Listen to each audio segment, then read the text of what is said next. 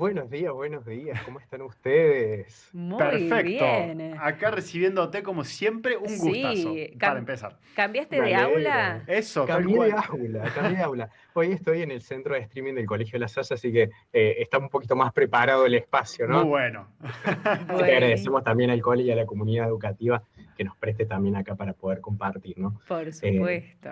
bueno, Perfecto. ¿hicieron la tarea? No, no había tarea. No No había había tarea, no tarea. había tarea. Uy, qué pregunta Nos esa. asustaste. Todos tenemos, ¿cómo se Saquen llama una hoja, esto? dice. No. Recuerdos de guerra, cuando se nos vienen esas frases de la secundaria. Sí, Sí, sí, sí, sí, sí. Y mirando a los compañeros a ver que ninguno levante la mano, ¿no? Tal cual, tal cual. Cállate, infeliz, no había tarea. Sí, sí, sí, sí, sí, sí, totalmente, totalmente. Bueno, acá nos Bien. encontramos nuevamente para trabajar esto que hemos decidido denominar estos encuentros de economía ecuménica, ¿no? Cómo la Iglesia ha ido administrando Ujú. durante los siglos el dato de nuestra fe, que no es menor. Me quedaba con la canción con la cual arrancamos recién. Mm, Hay una partecita que justamente es un poco lo que vamos a tratar hoy, ¿no? Dice, siglos de guerra y desierto que no han desatado la fiel comunión. ¿No? Me Mm. quedaba con esa frasecita de la canción Unidos en ti, ahí de Jesús Cabello, que me parece hermosa y que justamente de modo muy poético resume un poquito esto, ¿no? Que estamos acá trabajando, ¿no? Muy Que a bueno. sí. pesar de las controversias, que a pesar de los desafíos, ¿no? La fiel comunión sigue Mm, siendo ese objetivo que la iglesia se plantea, ¿no? sí. Bueno, en la clase de hoy, en el encuentro de hoy, vamos a trabajar nada más ni nada menos que este caminito que va desde los concilios al cisma, ¿no? Una iglesia que Ah, empieza a generar algunas divisiones, ¿sí? Por no acordar algunas cuestiones que tienen que ver con cuestiones doctrinales por un lado, pero sobre todo cuestiones políticas y disciplinares que van a ser las que van a desembocar en aquel cisma de Oriente del 1054. bien. Ujú, Entonces, para que repasemos un poquito, la iglesia decíamos que es una historia viva, sí. y que como toda historia viva ha tenido momentos de luz y momentos que son de ruptura.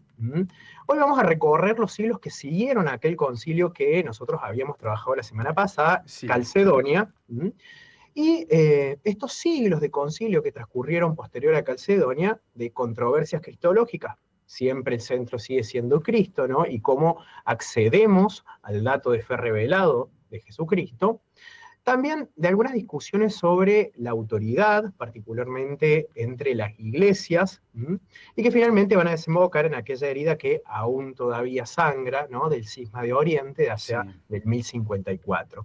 ¿Qué pasó? ¿Por qué ocurrió? Y si alguna vez hubo esperanza de reconciliación, serán un poquito los temas que vamos a abordar hoy. Bien. Recordemos que concilios ecuménicos, concilios considerados universales, ¿sí? Son muy poquitos, son muy poquitos. De hecho, ahí hay algunas disputas, sobre todo sobre los últimos concilios, que particularmente son los que vamos a tratar hoy, ¿no? Hoy vamos a mencionar tres concilios en particular: Constantinopla II, Constantinopla III y el Concilio Segundo de Nicea. Bien. Esto, vamos a hacer un paso por estos tres concilios. Son concilios breves, son concilios que tratan cuestiones bastante particulares, ¿sí? Pero sobre todo teniendo esto en mente, ¿no? ¿Qué se ha intentado hacer hasta ahora mediante las teorías? Bueno, por un lado, algunos han reforzado la divinidad de Jesucristo para salvaguardar el monoteísmo, Sí. otros han elevado por demás la humanidad de Cristo. Entonces, en este ida y vuelta entre aumentar o disminuir divinidad o humanidad, siempre corremos el riesgo, ¿no? Que es lo que la iglesia intenta custodiar, ese dato de fe en que Jesucristo es verdadero Dios y verdadero hombre, ¿no? Bien. Y esto para nosotros es fundamental, ¿sí? A ver, tenemos que entender el punto de partida, esto lo habíamos dicho en la primera clase, Jesucristo, aquel que ha caminado con nosotros, que ha comido con nosotros, ¿no? Sufre la muerte en cruz, ¿no? Ujú, ¿no? Pasión y muerte en cruz. Bueno, ¿y después qué? Bueno, después pasó algo que nos dejó a todos expectantes. Lo volvimos a ver con vida, ¿no? El Ah, mm, misterio de la resurrección. sí. No solamente el misterio de la encarnación es fundamental, no solamente el misterio de la vida de Jesucristo, ¿no? Hombre y Dios, Dios y hombre, sino también el evento de la cruz y por último el evento de la resurrección, ¿no? ujú. A ver, tal vez consternado de lo que había ocurrido, los apóstoles podrían haber escapado, o podrían haber escondido. Sin embargo, no podían callarse aquello que habían visto tan extraordinario, ¿no? En palabras de María Magdalena, ¿no? en el pregón pascual, resucitó Cristo mi esperanza, ¿no? Su esperanza de vida, digamos, así tenemos todo. Y esto es fundamental para nosotros, porque comprenderlo para poder salir a contárselo a otro Claro. es difícil, Claro. ¿no? Es difícil. Y a la iglesia le llevó pero muchos siglos de historia, mucho debate, mucha pelea para poder definir en quién creemos y así poder anunciarlo con mayor claridad, ¿no? Claro. No solamente claridad para que nosotros podamos creer en él, sino también para poder transmitirlo, ¿no? Esta buena noticia que hemos recibido, pero que claramente fácil no ha sido definirlo. Vamos con el primero, el segundo concilio de Constantinopla, allá por el 553, ¿no? Las heridas de aquel nestorianismo que nosotros habíamos estado discutiendo allí en Éfeso, no habían cerrado, ¿no? Tras Calcedonia, incluso, recordemos Calcedonia en el 451, los monofisistas, estos que aseguraban que Jesucristo tenía una sola naturaleza, una sola fisis, seguían sin aceptar esta cuestión de que Cristo tuviera dos naturalezas.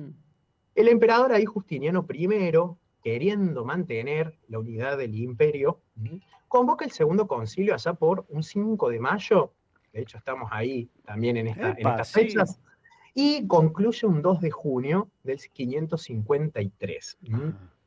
¿Por qué Justiniano convoca este concilio? Bueno, hubo otro par de concilios, la cuestión acá es que no quedó, a ver, Nestorio tuvo que huir a Egipto, Dioscoro y los del Cacedonia también tuvieron que huir porque fueron exiliados, pero eso no significaba que sus enseñanzas también habían muerto. De hecho, había bastantes obispos enojados con la cuestión, sobre todo los de Siria y los egipcios, que estaban un poquito enojados con la definición de Calcedonia, aunque no les había cerrado del todo, ¿no? Entonces, esto va a provocar que todavía en el imperio, mientras convivimos todos en la unidad del credo niceno-constantinopolitano, había otros que no estaban tan seguros o habían tenido la cuestión tan cerrada y seguían enseñando, de hecho, algunas ideas bastante, si se quiere, enseguidilla de lo que planteaba Nestorio, ¿no? Bien. La estrategia del emperador para unificar la fe del imperio justamente era condenar a algunos autores, ¿sí?, de estos siglos anteriores que eran considerados algo sospechosos de nestorianismo, aunque no lo fueran abiertamente. Estos eran los famosos 3 capítulos, ¿sí? Este se conoce como el concilio de los 3 capítulos. Primero, a un tal Teodoro de Mopsuestia, en algún momento hemos hablado de él, ¿no? Maestro de Nestorio, que afirmaba, ¿sí?, esta cuestión de que el verbo habitaba en Jesús como en un templo, ¿no? Una teología que acentuaba ciertamente tanto la humanidad de Cristo, que parecía dividirlo ciertamente en 2 personas. Luego, un tal Teodoreto de Ciro, y Teodoreto de Ciro, ahí los nombres son bastante complicados, Teodoreto de Ciro era obispo también, ¿sí? Y había criticado duramente a Cirilo de Alejandría y sus enseñanzas. Recordemos que Cirilo de Alejandría fue fundamental en el concilio de Éfeso. Bueno, es un personaje bastante impulsivo, algo tal vez agresivo, pero no dejaba de tener certeza a la hora de enseñar la doctrina. Y por eso se destacaba también su rol y su papel, ¿no? Claro. Y Teodoreto de Ciro le da con un caño, no deja ahí de atacar las enseñanzas de Cirilo. Y también defendía alguna lectura un poco más de dualidad respecto a la encarnación. No era muy claro. Y por último, el tercero, Ibas de Edesa, otro obispo, autor de una carta que de algún modo relativizaba la maternidad divina de María, cuestión ya resuelta en Éfeso, y defendía mucho acá a Nestorio.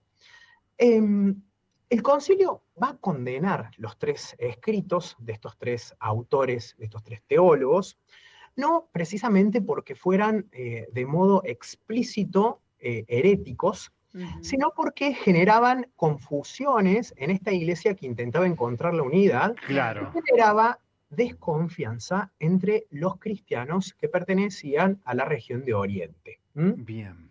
Esta decisión molestó un poco a Occidente porque a ellos también se los consideraba ortodoxos. De hecho, el Papa no estaba tan seguro de condenar a estos 3 autores. El Papa Vigilio no estaba tan seguro de condenar a estos autores y de hecho se hizo el sonso bastantes veces con la cuestión y no emitió mucha opinión. De hecho, en un escrito que hace posterior dice, che, no no sé si hay que meterse ahí. Por una cuestión práctica, no sé si hay que meterse ahí porque, bueno, también entendemos que había muchos adeptos y mucha sensibilidad. Entonces, bueno, acá el Papa consideró práctico no meterse en la cuestión, pero esto va a hacer que le salga el tiro un poco por la culata porque después se lo van a recriminar, ¿no? Ah, Esto de, es tu tarea, tenés que hacerlo, ¿no? Pero bueno, acá la cuestión es que Justiniano necesitaba demostrar que el imperio no era pro-nestorio, sino pro-niceno-constantinopolitano, ¿no? bien. Aquello que ya había sido definido incluso hasta Calcedonia. Mm. Eh, Esto se da así, se condenan estos tres autores, pero la cuestión no muere ahí. De hecho, es necesario un tercer concilio de Constantinopla que va a surgir allá entre el 680 y el 681, ¿no? Y la pregunta que se hacen es si Cristo tenía una o dos voluntades. Entendemos eso de las dos naturalezas, ponele, no todos lo habían entendido, ¿no? Sí, Decimos, bueno, a ver, Jesucristo, verdadero Dios y verdadero hombre, ¿no? Consustancial al Padre, según la divinidad, es decir, la misma naturaleza del Padre, es eterno como el Padre, y por otro lado, consustancial a nosotros según la humanidad, en todo menos en el pecado, ¿no? sí. Y esto es fundamental, ¿no? Recordemos aquella frase de Gregorio Nacianceno, lo que no es asumido no es redimido. Entonces es Sí. importante salvaguardar las dos naturalezas. Pero no queda tan claro, y la pregunta que se hacen es si Cristo tenía una o dos voluntades, es decir, un querer divino y un querer humano, y cómo conflictuaban estas cosas en esta persona, ¿no? Claro, Es decir, ¿acaso estamos hablando, creemos en un sujeto que tiene problema de bipolaridad? ¿Es claro, claro. esquizofrénico? ¿Tiene un problema de doble personalidad? Es decir, son preguntas que hoy, con la lectura de categorías psicológicas, diríamos, che, pará, ellos se lo plantearon. Es decir, Sí, Claro. sí, ¿cómo? sí. Es decir, en este ser conflictuaban la voluntad de Dios y la voluntad del hombre. Muy bueno. Sí, Y claramente que no era tan fácil de resolver, No. chicos. claro. ¿No? Esto, el debate ya No, no era de solo- hecho es un preguntón. O sea, si tiene dos Terrible naturalezas, pregunta. no desea dos cosas distintas. Es como decir, uno ya los da por hecho, Sí. pero cuando la Cuando pensás te a la detenés a pregunta, pensarlo. decís, claro, pues es hasta lógico tener esta duda.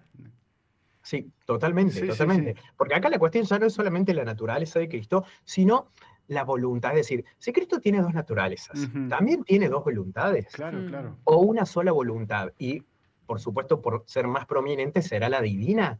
Claro. Y esa voluntad divina es la que guía todo el actuar de Jesucristo, Mm. ¿no? Bueno, esto trae complicaciones, no es tan fácil, y ya varios habían intentado resolverlo. De hecho, el patriarca Sergio de Constantinopla era un poquito más cercano a esto que se llamaba la teoría de los monotelitas, ¿no? De telos, mono uno, telos, voluntad, querer, ¿no? Es decir, en Jesús había dos quereres. Bueno, acá la cuestión con Sergio de Constantinopla es que se decía que tenía una sola voluntad y, por supuesto, por ser mucho más importante, ¿cuál es? A ver, si nosotros diríamos, ¿qué voluntad vamos a resaltar de Jesús? ¿La La divina o la divina. humana? La divina, Claro. diríamos, ¿no? Sí, Claro, la sí, voluntad sí. divina. Esta posición fue respaldada por el emperador, el emperador Heraclio, que buscaba nuevamente querer reconciliar a los monofisistas. ¿Qué decían los monofisistas? Recordemos que Jesús tenía una sola naturaleza. Y ahora estamos diciendo con Sergio que tiene una sola voluntad. Entonces, Claro. Claro. listo, ya está. Muerto el perro, se acabó la rabia, otra cosa Sí. mariposa. Pero no fue tan fácil, porque esto tiene consecuencias, ¿no? ¿Por qué? Esto compromete el corazón del dogma cristológico, porque si Cristo no tiene una voluntad humana, entonces no puede obedecer verdaderamente como hombre. Y si No, no obedece verdaderamente como hombre, ¿de qué redención estamos hablando? Sí. eso ¿No? te Es iba a como un decir, Dios si no que asume, actuando aparentemente desde arriba. si no Sí. asume la voluntad humana, no puede redimir la voluntad humana. Totalmente, pero Claro. mira, ya están para darles certificado de bachilleres en Sí. teología. Es que también, Alexis, esto nos lo habías comentado a raíz de los concilios anteriores, y a Claro. mí esto también me llama muchísimo la atención. Estaba revisando allá por el concilio de Nicea, años 325, de alguna manera esto ya se estaba discutiendo y ahora estamos hablando de fines del año 600 Sí, sí, sí. y volvemos a discutir casi lo mismo, no terminan de apropiarse de Totalmente, esa teología. Bueno, el Papa totalmente. Francisco dijo que para que un concilio se instale, Claro. hacen falta por lo menos 100 años, ¿viste? Lo notamos, que es así. Y ahora viendo esto, sí, claramente, Confirmamos. tal, realmente. Y fíjense ustedes que acá pasaban siglos y todavía Claro. seguimos discutiendo cosas, pero obviamente siempre aparece ahí una palabrita, un modo de querer comprender un poco más el Mm, misterio, Mm, y siempre aparece una nueva, y es necesario conciliar, ¿no? Y claro. de hecho, a ver, digo, después de transcurrido más de 50 años del Segundo Concilio Vaticano, todavía hay divisiones, sí, ¿no? sí, Todavía sí, hay posturas, no todos están de acuerdo con las enseñanzas del concilio, ¿no? claro. Los hermanos lefebristas, por ejemplo, los Mm, hermanos que son de raíz más conservadora, también hay algunas cosas que se siguen cuestionando. Es decir, bueno, esto pasa. El sí, Papa sí, Francisco no erraba cuando decía que falta tiempo para asimilar las enseñanzas de un Mm, concilio. claro. claro. Y también depende de nosotros, ¿no? Yo creo que acá todos tenemos una participación activa, Está bueno. ¿no?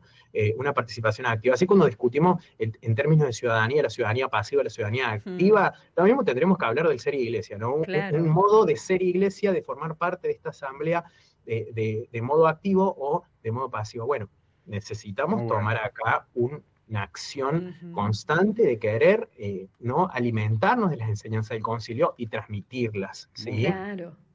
Pero si seguimos cuestionando, siempre seguimos dando vuelta a lo mismo, Sin ¿no? Claro. Pero bueno, dudas. no es tan fácil, ¿no? Hay gente que considera que hay puntos muy importantes para Ujú, nuestro modo de vida como iglesia que, bueno, no son tan fáciles de admitir, ¿no? Y Claro. ujú, sí, pero hay que confiar ahí en el Espíritu Santo y nuestros pastores, ¿no? sin Total. dudas.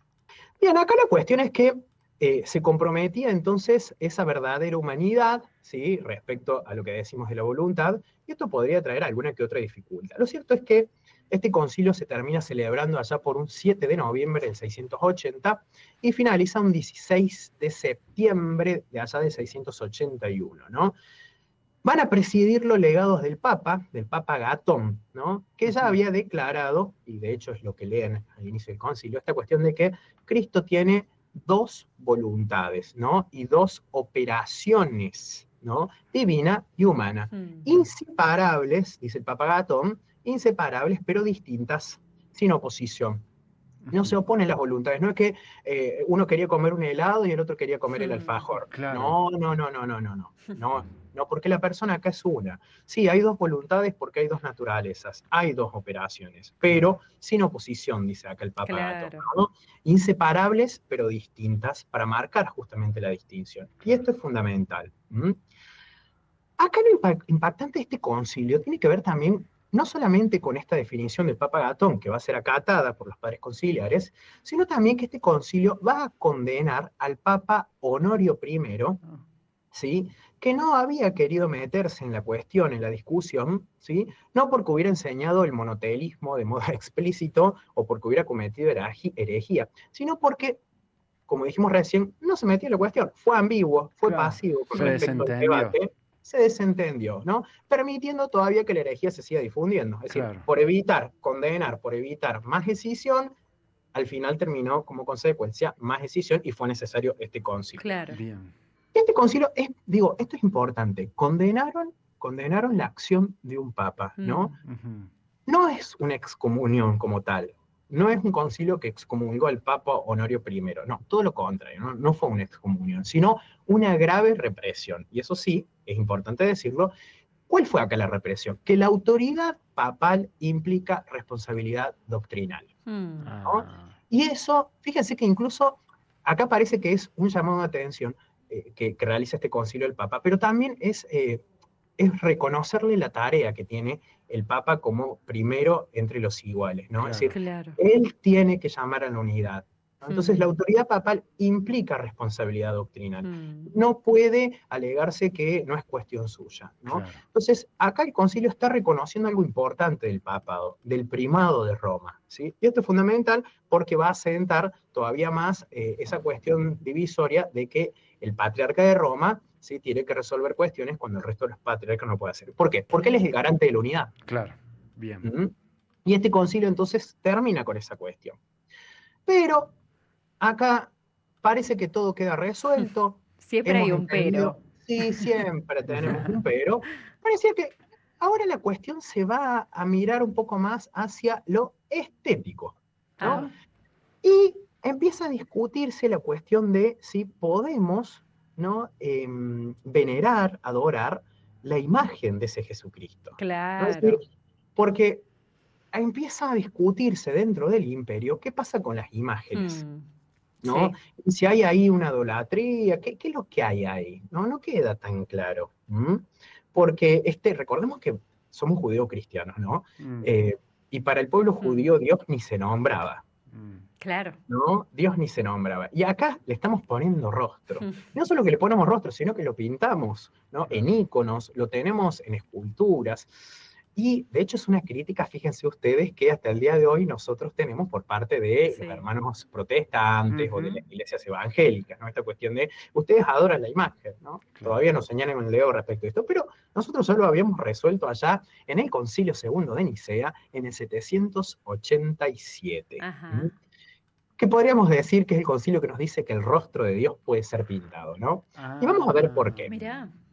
En el siglo VIII se ve el surgimiento de lo que se llamó la iconoclasia, ¿no? La sí. Mm, iconoclasia, que fue un periodo en el cual se invitaba a destruir sistemáticamente las imágenes sagradas. Y esto fue promovido por el emperador León III y por el emperador Constantino V. No hay que confundirlo con los papas, ¿no? Ah, claro. bien, bien. Los emperadores. Emperadores, ¿sí? Bien. Entonces, ellos animaban a esto de destruir todas esas imágenes que nosotros consideramos sagradas, ¿no? Los iconoclastas creían en esto de que venerar la imagen era de algún modo u otro idolatría. Y la Mm, idolatría nosotros no la permitimos, pero claro, desde siempre, claro. ¿sí? Mm, De hecho, la condenamos, Sí, esto sí, de sí. adorar a otros dioses, ¿no? Tiene que ver con eso la discusión. Fueron tiempos de mucha violencia para la iglesia, porque hubo monasterios arrasados, Mm, imágenes quemadas, obispos exiliados, es decir, hubo un poco de todo. ujú. Acá otra mujer vuelve a salvar de las papas la cuestión. A ver, Sí, siempre aparece una mujer que pone paño frío y nos dice, che, es muy claro. interesante en la historia de la iglesia. sí, sí, Esto, sí. esto es para otros encuentros aparte, mirar el papel y el rol de la mujer dentro de la conformación de la iglesia, Mm, Mirá si ¿no? no. Hasta tenemos una Santa Catalina de Siena que en el medioevo les mandaba cartas llamándole la atención, hoy diríamos una palabra, disculpen, muy coloquial, cagándolo a pedos Sí, al sí. sí, Papa sí. para que volviera a Roma, para que hiciera esto, para que hiciera lo otro. No, no, o sea, mujeres que Mm, realmente se pusieron la iglesia al hombro y salieron a caminar, qué ¿no? bueno. Eh, Qué buena frase. desde María para adelante. Entonces, Sí, eso sí. para otro capítulo, porque la verdad es maravilloso el papel de Buenísimo, la para mujer otra dentro de la iglesia. Me clase. pinta, ¿eh? Un Sí, sí. ciclo. Sí, Pero bueno. hermoso. Hermoso. Bueno, acá la cuestión es que la emperatriz Irene, ¿sí? La mamá del emperador, ella era la regente, Constantino VI, convoca el segundo concilio de Nicea. Significativo nuevamente Nicea, ¿no? Mm, Madre de las definiciones de fe. ujú, Claro. Se celebra entre un 24 de septiembre y un 13 de octubre de 787. ¿Y qué declara este concilio? Dice, es lícito y necesario venerar las imágenes de Cristo, ¿sí? De la Virgen y de los santos, y no adorarlas. A Mm, ver, ¿y esto por qué?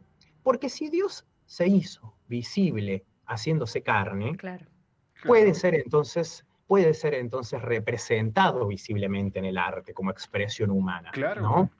Entonces, de este modo, la emperatriz Irene consigue que con este concilio el arte cristiano sea rehabilitado en todo el imperio y el dogma de la encarnación defendido no solo se da con palabras, sino también con pinceles, ¿no? Y esto Mm, es maravilloso. Sí, El arte ocupa desde siempre en nuestra liturgia un lugar preponderante, ¿no? claro. Porque nos ayuda a comprender, mediante la imagen, mediante lo sensible, aquello que pertenece al misterio de Dios, ¿no? claro. Muy bueno. Entonces, este concilio define esa cuestión.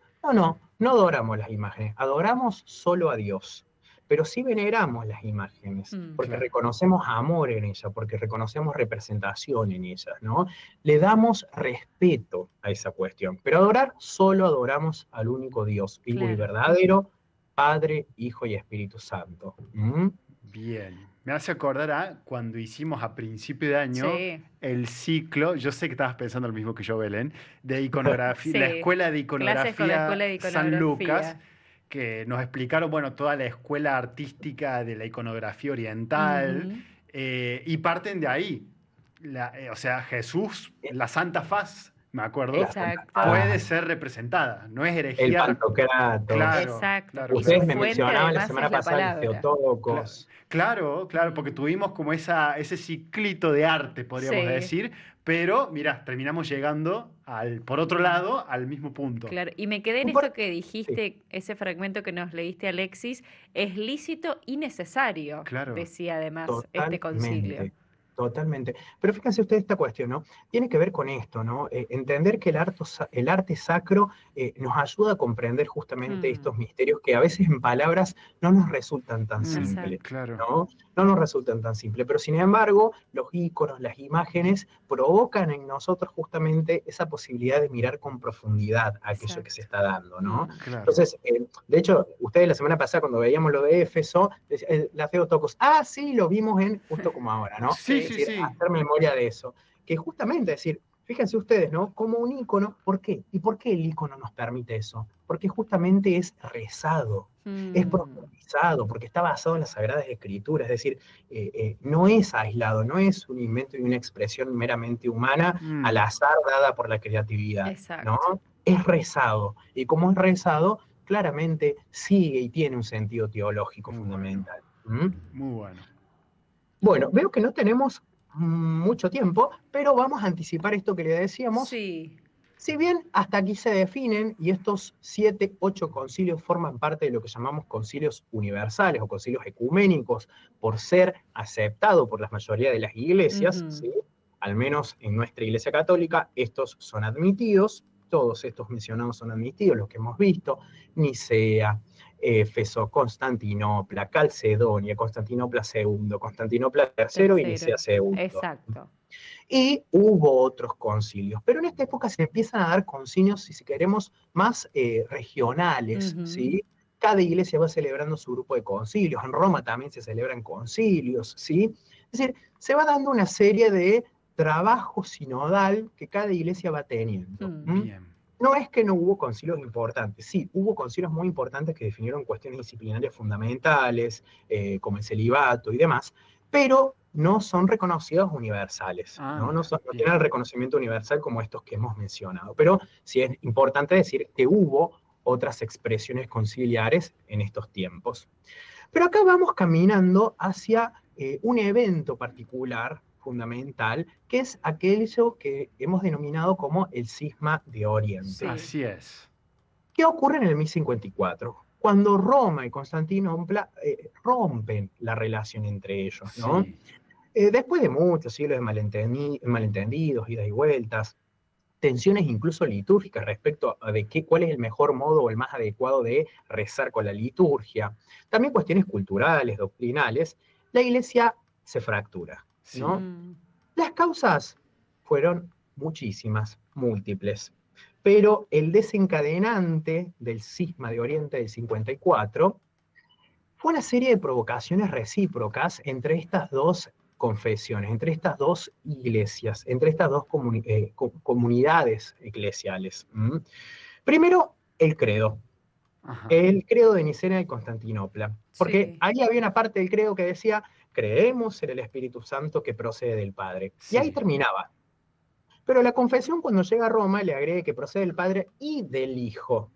Occidente agrega en la cláusula, creemos en el Espíritu Santo que procede del Padre y del Hijo. Mm, El término teológico es filioque, ¿no? Bien. Y del Hijo, ¿sí?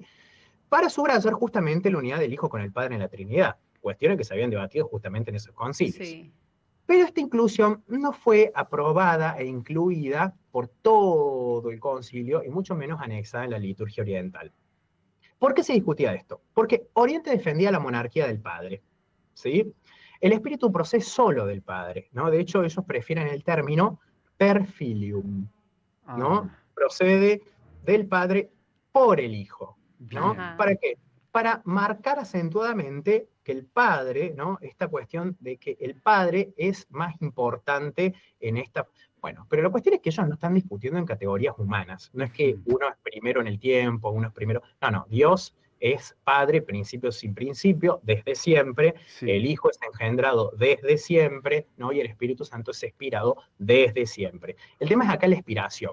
La expiración viene del Padre por el Hijo, y eso implicaría, si queremos, una cuestión más vertical, Sí. procede del Padre por el Hijo, Ujú. o el término occidental del Padre y del Hijo, ¿no? Claro. Ahí es expirado el Espíritu Santo, ¿no? Marcando y acentuando justamente esta unidad entre Padre e Hijo. Ujú. Claro. Pero, a ver, entre nosotros se estaba diciendo lo mismo, pero parado desde distintos lugares. Sí, O sí. no querían aclarar mucho, o no querían acordar mucho, mejor dicho, ¿no? Claro. Me Bueno. suena mucho a Constantinopla quiere abrirse de Roma, entonces el mínimo desacuerdo lo voy a aprovechar para Claro. romper de una buena vez. Por supuesto, porque imagínate que si solamente hubiera sido el cisma por cuestiones políticas, uno diría, bueno, es absurdo, Claro, Mm. claro, ¿no? por Porque es cuestiones cuestión de teológicas. sentarnos. Claro, Claro, acá dijeron, no, tenemos que buscar argumentos teológicos. claro, Claro. claro. Y este fue el principal argumento teológico que se utilizó. Que después con el tiempo y con ayuda de la teología nos hemos dado cuenta de que necesariamente había que acordar y que estábamos hablando en el mismo lenguaje, pero parados desde distintos lugares, ¿no? Claro. Exacto, Las exacto. consecuencias son estas, ¿no? Para Oriente el Filóque pone en riesgo la igualdad de las personas divinas, ¿m? Y oscurece la función del Padre como fuente única de la divinidad. Ya esto lo vamos a ver un poquito más porque hay que explicar, Bien. aunque sea concretamente de qué se trata esto del dogma trinitario. Genial, ¿m? es adelanto de la próxima clase, entonces. Correcto. Y Ujú. para Occidente, afirmar la consustancialidad era importante, ¿no? Y la unidad en la acción de estas tres personas. Es decir, Claro. que no estuviera desconectado el Padre del Hijo y en la inspiración del Espíritu Santo, que no fuera un tercero ajeno a esta realidad Claro. divina. Claro. Sí. Bien, reitero esto y con esto cerramos. Hoy reconocemos que bien expresadas ambas fórmulas teológicamente son compatibles, ¿no? Mm. El Espíritu procede del Padre por medio del Hijo, como dirían muchos padres orientales, y la reconciliación doctrinal se va a avanzar especialmente con el Concilio de Florencia, varios siglos después, allá por el 1439. Claro. Ahí se va a restablecer un poquito la cuestión, aunque no plenamente la comunión entre las iglesias. De Claro. hecho, eso nos va a llevar bastante más hasta mediados del siglo XX, incluso hoy todavía no hay una unidad plena, pero sí hemos dado grandes Ujú. avances, Sí, ¿no? bien. Bueno, queridos todos partícipes del encuentro, Sí. entonces una vez más hemos un poquito inmiscuido ahí en cómo se ha ido administrando nuestro dato de fe a través de los concilios, ¿no? A través de este evento que reunía a los pastores de nuestra iglesia, simplemente para querer comprender un poquito más ese amor de Dios que se da a nosotros a través de la revelación, ¿no? Eso que Él nos muestra, eso Claro. que Él ha querido mostrar, pero que nos ha dejado la tarea de decir, bueno, yo he revelado esto, pero ahora ustedes hagan lo suyo, Claro. hagan su magia, ¿no? Vayan y hagan. Sí, sí, sí. Totalmente. Acá Miriam dice, muchas gracias, gracias padre, dice. Gracias padre Alexis. No, Alexis no es padre, es laico, lo vamos Sí, aclarando de entrada. el profe. El profe. Dice, Miriam dice, gracias por enseñarnos parte de la historia de nuestra iglesia, muchas bendiciones. Y Lili nos pregunta, chicos, ¿a qué hora se repite este micro? Va a estar cargado en YouTube y en la web dentro de Sí. unas horitas. Y Lili, estamos... La repetición grabada sí. sale nuevamente al aire a las 4 de la mañana. Toma, mira, no sabía.